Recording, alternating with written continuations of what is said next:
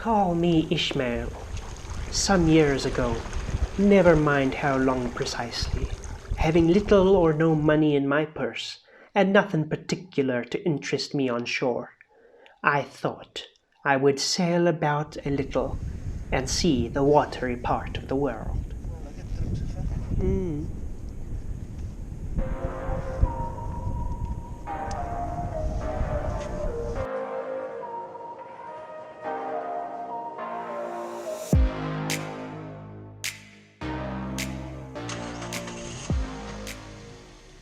Having bid farewell to my friends, there could be no doubt that this little seaside escape had done me good. But something was missing. A fish! Oh, to catch a fish! It is not that I have ever been terribly excited by the prospect of fishing. I don't have the patience to sit around and wait for a bite. But after my encounter with the stingray, I felt there was a certain score that needed to be settled. Back out at the river mouth, my dad caught another flathead. I was, however, not so lucky, and we opted to try again at another spot later in the week.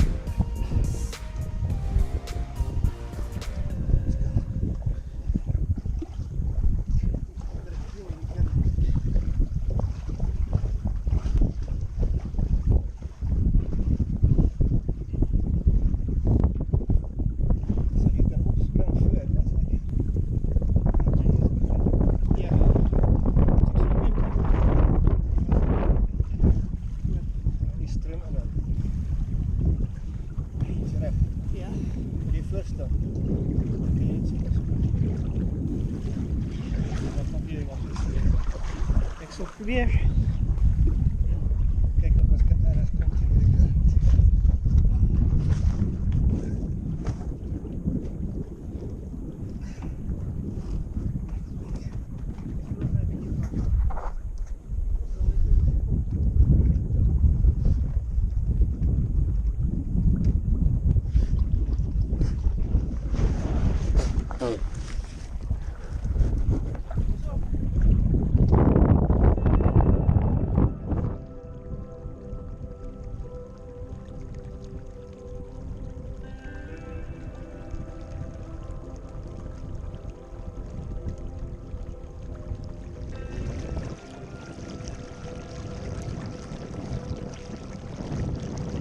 Upriver, there were plenty of signs of life. Smaller fish sheltering from predators in the shallows, but nothing that would take my bait. Partially, I think, because of interference, shall we say, from the growing number of holidaymakers drawn each year to this town.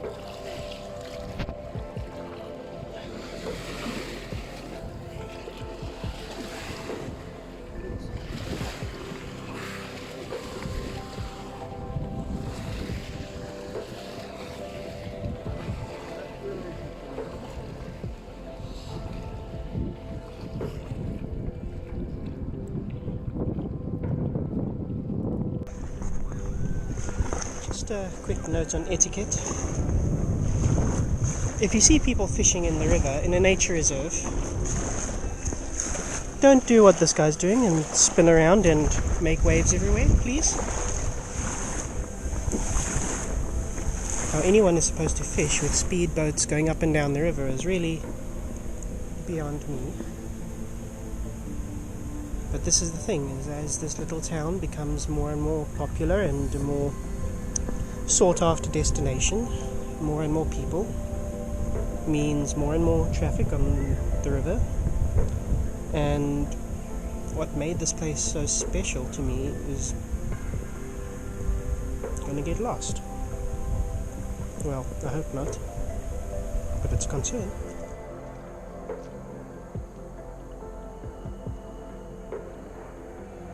Moving even further upriver by the end of the day, we tried again, but no matter where we were or what we did, the fish were just not biting. I've been fishing for a few days now, and I mean, I'm not against doing traditionally masculine things. I know a lot of people in my position, they are, but I quite enjoy it. I'm just not very good at it. Consistently, no matter where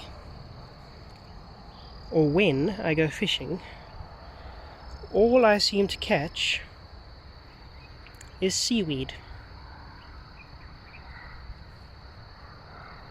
Still, we keep trying. It was my last day in Zini before returning home, and we had moved from the ocean to the river to this little man-made pond in search of a fish. Any fish. My entire life I've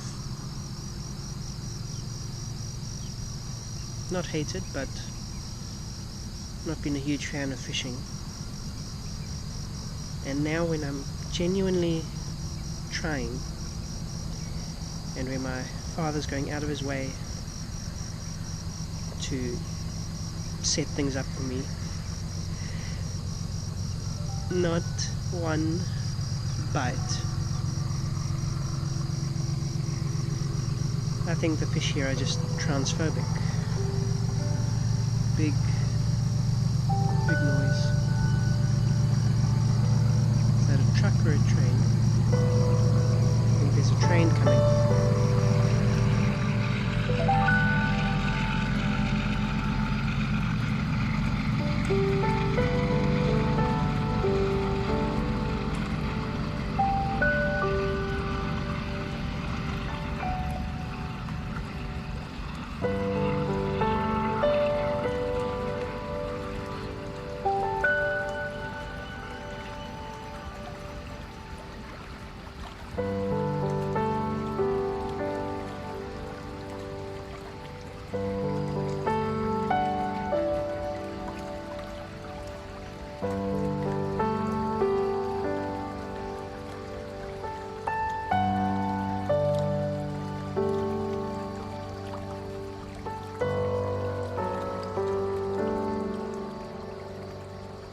As the sun began to set for the final time, I was starting to lose hope. Until, suddenly,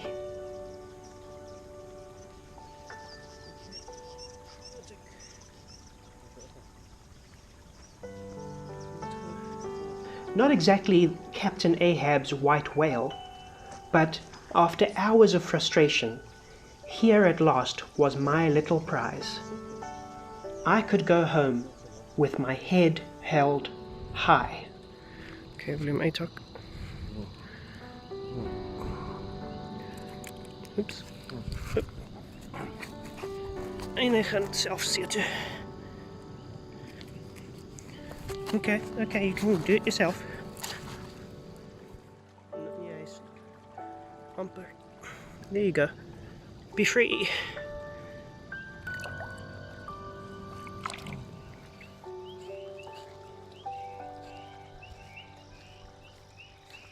I love Zini. It is the perfect remedy to the stress and chaos of the big city, and a great, albeit temporary, escape from one's troubles. But after a little more than a week in the fresh coastal air, it was time to wake up from the dream.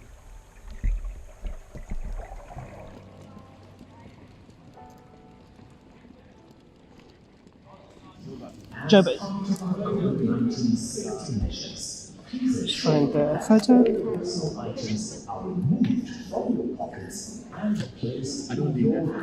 It is me. Yeah.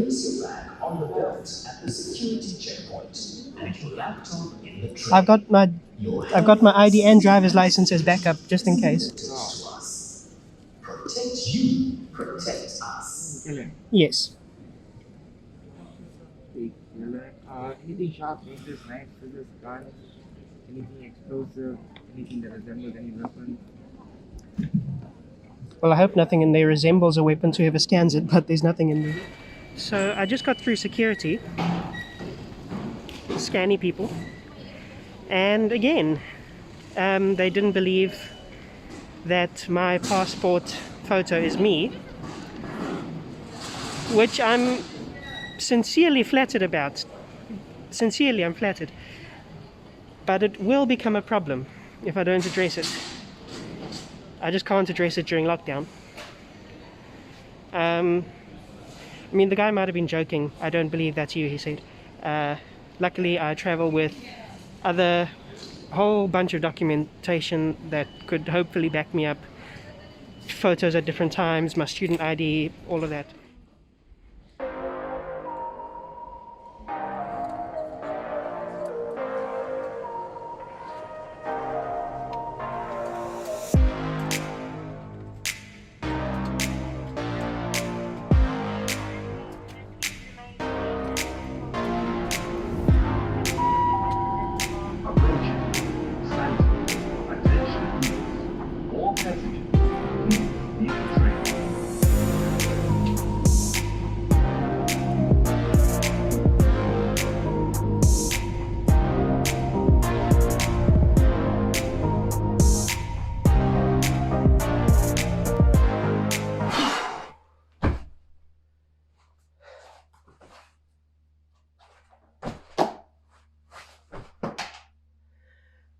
Well,